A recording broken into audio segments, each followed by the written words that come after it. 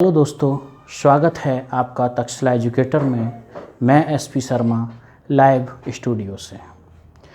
आज मैं आपके सामने उपस्थित हुआ हूँ बीओ एग्ज़ाम की एनालिसिस के बारे में कि आखिर कट ऑफ क्या जा सकती है। जैसा कि सोशल मीडिया पर बहुत सारे लोग का चर्चा कर रहे हैं कि 80 क्वेश्चन 85 क्वेश्चन होगा, कोई 70 कर रहा है, लेकिन मैंने बहुत सारा इस पर मनन चिंतन किया और एग्ज़ाम में आए हुए पेपर पर या पेपर के पैटर्न या किस तरह से उन्होंने स्टूडेंट को फंसाने की कोशिश की, इस पर तमाम मनन चिंतन के बाद मैं कुछ निष्कर्ष पर निकला है वो आपके सामने प्रस्तुत करता हूँ। इसके कट ऑफ को जानने के लिए सबसे पहले हमको जाना होगा, ये देखना होगा कि आखिर इसमें एलिजिबिलिटी क्या थी फॉर्म सबमिट करने के लिए। तो इसमें फॉर्म सबमिट करने के लिए जो एलिजिबिलिटी थी वो थी ग्रेजुएशन प्लस बीएड। ये प्लस बीएड ने ये प्रतियोगी परीक्षा है उसको खुला नहीं रखा, बल्कि स्पेसिफिक एरिया के लोग ही इसमें पार्टिसिपेट किए हैं। सामान्यतः पीसीएस की अन्य परीक्षाओं में देखा जाता है कि जो लोग हैं वो सभी आते हैं, ऐसे भी हजारों स्टूडेंट होते हैं जो ऑलरेडी सेलेक्ट होते हैं, लोअर पीसीएस होते हैं, पीसीएस होते हैं, जो लोग अपना रैंक बढ़ाना चाहते हैं या अन्य डिपार्टमेंट के होते हैं, पारंगत होते हैं, वो प्रीलिम्स को निकालने में कमांड होता है उनका फैक्ट पर। और सबसे बड़ी बात ये है कि उनका अपना एक्सपीरियंस भी होता है, वो क्वालिफाई करे होते हैं प्री मेंस, तो कॉन्फिडेंस लेवल भी उनका बहुत हाई होता है। अब ऐसा नहीं है कि इसमें जो लोग हैं उनका कॉन्फिडेंस लेवल बहुत लो है। आपके सामने ऐसे हजारों लोग जो प्री के फाइटर हैं, फॉर्म सबमिट करने वालों की बात नहीं कर रहा हूँ, जो प्री निकालने के महारथी होते हैं वो ऑटोमेटिक बीएड के कारण आपके साथ पार्टिसिपेट नहीं कर रहे हैं। तो पहली चीज़, इसका बीएड होना ही प्रतियोगिता को काफ़ी कम कर देता है। इसमें जो वैकेंसी थी वो 309 थी। 309 वैकेंसी पर प्रीलिम्स जो क्वालिफाई करेंगे वो लोग 13 गुना क्वालिफाई करेंगे, मल्टीप्लाई 3। तो जहाँ तक है ये एकदम मैं सही निकाला हूँ, 4,017 लोग प्रीलिम्स क्वालिफाई करेंगे, मेंस के लिए बुलाए जाएंगे। आखिर ये 4,017 लोग कौन होंगे दोस्तों, कितना कट ऑफ जाएगा, आप इसके अंदर मेरे अनुसार हैं या नहीं हैं, एक अनुमान है मेरा भी, तो मैं इस पर थोड़ी सी बात करूँगा। बात करने के लिए थोड़ा सा हम गणितीय अंदर जाएंगे, थोड़ा सा चीज़ों को देखेंगे कि कैसा हो सकता है कट ऑफ। तो इसमें 120 क्वेश्चन रहे हैं, 120 क्वेश्चन,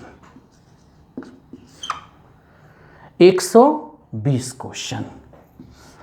120 क्वेश्चन का होना और पेपर का पैटर्न, मैं ये मानता हूँ कि इस पैटर्न को देखते हुए, नेगेटिव मार्किंग को देखते हुए, एक क्वेश्चन को अटेम्प्ट लगभग 80 क्वेश्चन अटेम्प्ट करना ठीक था। मैं ऐसे दुर्लभ लोगों की बिल्कुल बात नहीं कर रहा हूं कि जिन्होंने 120 किए होंगे, 118 किए होंगे, 115 किए होंगे, उनका अपना व्यक्तिगत, उनके अपने एक्सपीरियंस हो सकते हैं, उनकी अपनी रिस्क लेने की क्षमता हो सकती है। मैं उस औसत या पेपर के जो स्टाइल था, पेपर जैसा हार्ड था या जो पेपर को सेट किया है, उस अनुसार मैं बात कर रहा हूँ। ऐसा नहीं कि हर नेगेटिव जो मार्किंग वाली परीक्षा में 80 ही करें क्वेश्चन या इतने ही परसेंटेज पे करें। इस एग्ज़ाम के आधार पर मैं मानता हूँ कि 80 क्वेश्चन तक अटैम्प्ट कर सकता था कोई। ये सभी के लिए नहीं है कि आने वाले सभी एग्ज़ाम, ओके, पेपर कैसा था उस आधार पर मैं बात कर रहा हूँ। 80 क्वेश्चन जिन्होंने अटेम्प्ट करे होंगे, तो इस 80 में से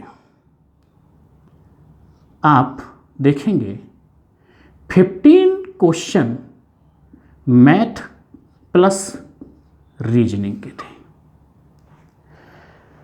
जिन लोगों का मैथ बहुत अच्छा है, जो महारथी हैं, जिनका कमांड है, ऐसे लोग इन 15 में से 13 या 14 क्वेश्चन कर सकते हैं, 13 या 14 क्वेश्चन कर सकते हैं, क्योंकि एक क्वेश्चन गलत भी था जैसा देखा गया था, इसमें थोड़ा डाउट भी है।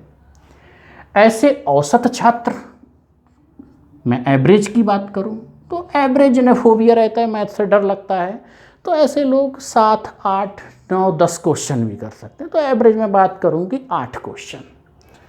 किसी ने 8 क्वेश्चन करे हैं जिसको थोड़ा कम आता है, किसी ने 13 करे हैं, किसी ने 14 करे हैं। तो ऐसा जो डिफरेंस है वो महारथी और सामान्य के बीच 5 क्वेश्चन का डिफरेंस हो सकता है। अब जो शेष बचे वो क्वेश्चन बचे 15 के बाद आपका 65 अटेम्प्ट करने वाले बता रहा हूँ। 65 क्वेश्चन जो अटेम्प्ट करने वाले बचे, उनमें से मैं ये मानता हूँ कि नियर अबाउट 20-25 क्वेश्चन ऐसे थे कि जो एक नज़र में आप देखेंगे कर लेंगे, या जिनमें थोड़ा सोचना पड़ेगा, या जो क्वेश्चन आप मानेंगे पॉलिटी है, कुछ क्वेश्चन सरल थे, या कुछ क्वेश्चन जैसे ट्राइब्स पर थोड़ा सिंपल भी था एक आध क्वेश्चन, या जैसे आप साइंस में देखेंगे कुछ क्वेश्चन बहुत सरल भी थे और कुछ क्वेश्चन टफ भी थे, या हर पोर्शन से मैं बात करूं तो कुछ क्वेश्चन सिंपल थे, चाहे वो पॉलिटी हो, चाहे ज्योग्राफी हो, चाहे हिस्ट्री हो, चाहे साइंस हो, सरल थे थोड़े से, लेकिन सभी क्वेश्चन सरल नहीं थे। तो ऐसे सिंपल क्वेश्चन नियर अबाउट मेरे हिसाब से 25 थे, जिनको आप मानेंगे कि थोड़ा सिंपल क्वेश्चन थे, इनको देखकर आप कहेंगे कि ये प्रथम दृष्टया हो जाएंगे। 25 क्वेश्चन जिन्होंने सिंपल वाले होंगे, तो आपने कई बार ऐसा देखा होगा कि 25 क्वेश्चन सिंपल आने के बावजूद भी आपने जल्दबाजी में कर दिया, या जैसे एक क्वेश्चन था कि 0 से 6 वर्ष की बालिकाओं पर बालकों की संख्या कहाँ ज़्यादा है, और वो भी 100 में दिया कन्फ्यूज करने के लिए। मतलब ये कन्फ्यूजन हुआ, तो कभी कभी हमें क्वेश्चन आते हुए भी कभी क्वेश्चन सिंपल गलत हो जाते हैं, ये ह्यूमन एरर होता है। 25 क्वेश्चन सिंपल होते हैं तो उसमें आपने गलत पढ़ लिया, गलत फिल कर दिया, तो 25 में भी ऐसे होता है कि लगभग 20, 22, 21 क्वेश्चन आपने बिल्कुल सही करे होंगे। लेकिन मित्रों, अगर आपने 1-2 क्वेश्चन भी गलत किया होगा सिंपल में, या छूट गया होगा, या आपने सर्किल गलत भर दिया होगा, तो ऐसी स्थिति में आपका एक क्वेश्चन और चला गया। तो इन सिंपल 25 में भी मैं ये मानता हूँ स्टूडेंट 23 या 22 क्वेश्चन कर लिया होगा।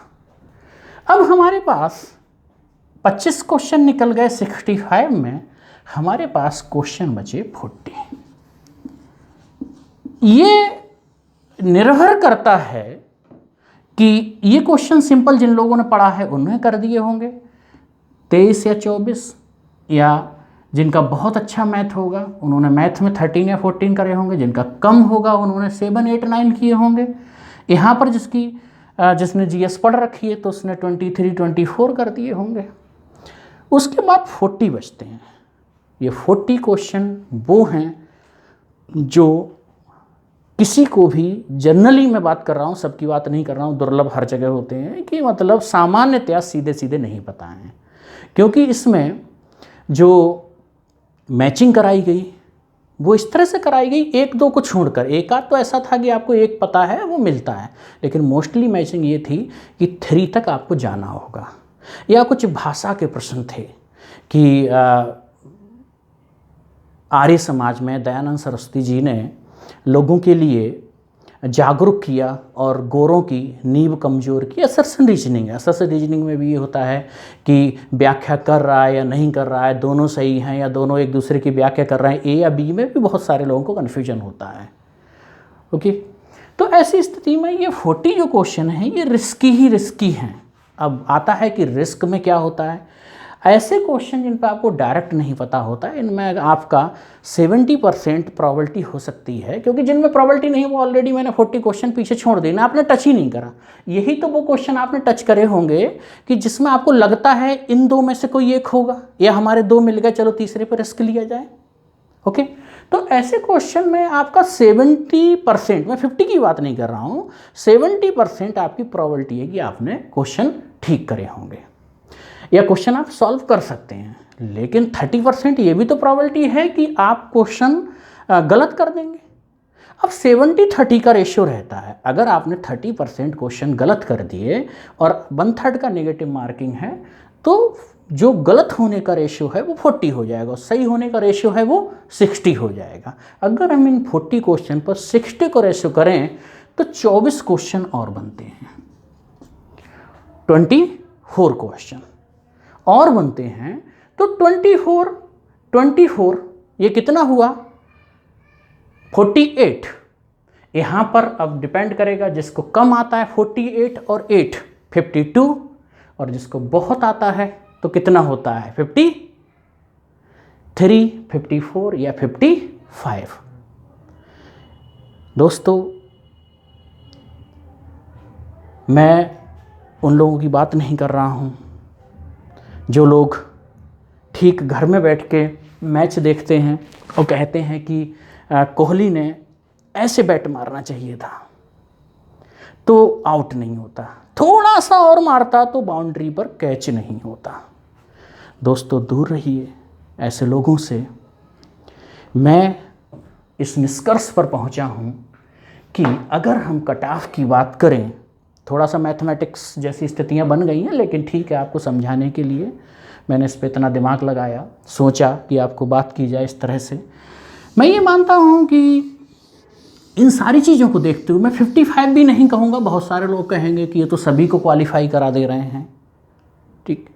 मैं सिर्फ ये कहूँगा कि 60 question general category, 60 general category, 60 question +2 या -2, ये स्थिति बन सकती है जनरल कैटेगरी में। अगर हम ओबीसी की बात करें तो ओबीसी में लगभग समान रहता है, एक क्वेश्चन का अंतर होता है, कोई 3 और 5 क्वेश्चन का अंतर नहीं रहता है, एक क्वेश्चन का अंतर रहता है। तो ये 59 हो सकता है, प्लस हर जगह मैं बार बार नहीं लिखूँगा, +2 या -2। अगर मैं एससी की बात रहूँ तो ये एससी में थोड़ा गैप बढ़ जाता है, ये यहाँ पर 54 या 55 भी हो सकता है, क्वेश्चन हो सकता है। एसटी की मैं बात नहीं कर रहा हूँ, क्योंकि उत्तर प्रदेश में एसटीओं का प्रतिशत आप सभी लोग जानते हैं बहुत कम है, तो उस पर मैं नहीं बात कर रहा। यहाँ 3 चीज़ों की बात कर रहा था, जनरल, ओबीसी और एससी। अब प्रश्न होता है कि जो महिला अभ्यर्थी हैं, फीमेल हैं, ये तो मेल का था, जो महिला अभ्यर्थी हैं ये फीमेल के साथ क्या है, फीमेल अभ्यर्थी के साथ क्या है कि जनरल कैटेगरी में मैं मानता हूँ कि फीमेल में पीसीएस में तो 150 क्वेश्चन रहता है, तो अंतर बहुत आ जाता है। लेकिन यहाँ पर मैं बात करूँगा 3000 क्वेश्चन का, तो फीमेल अपने आप को 56 क्वेश्चन पे अपने आप को सेफ माने, +2 या -2। ओबीसी में भी फीमेल का वही स्थिति है कि 56 माने या 55 मान सकते हैं, 55 या 56 बस। और एससी में करीब 50 क्वेश्चन या 48 भी जा सकता है क्वेश्चन। ये +2 या -2 सभी में हो सकता है। बहुत सारे लोग मेरा वीडियो देखकर ये कहेंगे कि नहीं, इतनी कम कैसे जा सकती है, इतनी तो हो ही नहीं सकती है। देखिए, क्यों लोग ज़्यादा बताते हैं इस पर मैं किसी के बारे में ये नहीं बोलूँगा ऐसा इसलिए करते हैं या किसी विशेष मानसिकता के कारण ऐसा करते हैं। देखिए, आप अगर अभी 80 क्वेश्चन की कट ऑफ 75 की 85 की सुनेंगे तो आप सीधे घर पे बैठ जाएंगे, मेंस की प्रिपरेशन नहीं करेंगे। आप अगर इससे आगे हैं तो आप प्रिपरेशन स्टार्ट कर दीजिएगा, क्योंकि अगर आप बैठ गए और रिजल्ट तक का आपने वेट किया तो आप निश्चित रूप से फाइनल सिलेक्शन में बहुत ज़्यादा आपको प्रॉब्लम होगी, क्योंकि यहाँ पर जो मेंस है वो लिखना पड़ेगा। मेंस का जो सिलेबस है वो पीसीएस मुख्य परीक्षा के फर्स्ट, सेकंड, थर्ड तीनों पेपरों के सिलेबस के कुछ कुछ पार्ट को मिलाकर एक पेपर बना दिया गया है। और सिलेबस करना, लिखना, राइटिंग स्किल को डेवलप करना ये रातों रात नहीं होता है। देखिए दोस्तों, आप जहाँ पर आपको सर्किल डार्क करने हैं वहाँ आप पढ़ के, आप याद करके कंपटीशन में चले जाते हैं, लेकिन मुख्य परीक्षा में आपको तैयारी करना प्लस राइटिंग स्किल को डेवलप करना, इन सारी चीज़ों को देखना है आपको। तो इससे जो लोग हैं वो अपना प्रिपरेशन स्टार्ट कर दीजिएगा। बहुत ज़्यादा सोशल मीडिया पर मत सुनिएगा, क्योंकि आपने प्रिपरेशन स्टार्ट कर दी, आपका हो गया तो आप फाइट में निश्चित होंगे। और अगर आप प्रिपरेशन नहीं की और आप हो गया आपका प्रीलिम्स, तो फिर आप वैसे ही फाइट से बाहर होंगे। अब एक बात और आती है, आपने प्रिपरेशन की और आप फाइट में नहीं हैं, मतलब आप प्रिपरेशन की और आपका प्रीलिम्स क्वालिफाई नहीं हुआ, तो अरे भाई, आप प्रिपरेशन करते हैं, आप एग्ज़ाम देना चाहते हैं, तो आपकी तैयारी कभी ख़राब नहीं होगी। उन लोगों को मैं बताना चाहता हूँ जो ये मानते हैं कि अगर नहीं हुआ तो, आप क्यों सोचते हैं? आप ये सोचिए अगर हो गया तो। आप ऐसे लोगों से बिल्कुल बचिएगा जो सिर्फ पेपर देखकर घर पे बैठ के इंटरनेट, गूगल सर्च करके ये मानते हैं पेपर बहुत सरल था। मैदान पर खेलना और घर पे बैठ के टीवी पर देखना जैसी स्थितियों में बहुत अंतर होता है। दोस्तों, आपसे मैं यही कहूँगा कि आप प्रिपरेशन स्टार्ट कीजिएगा।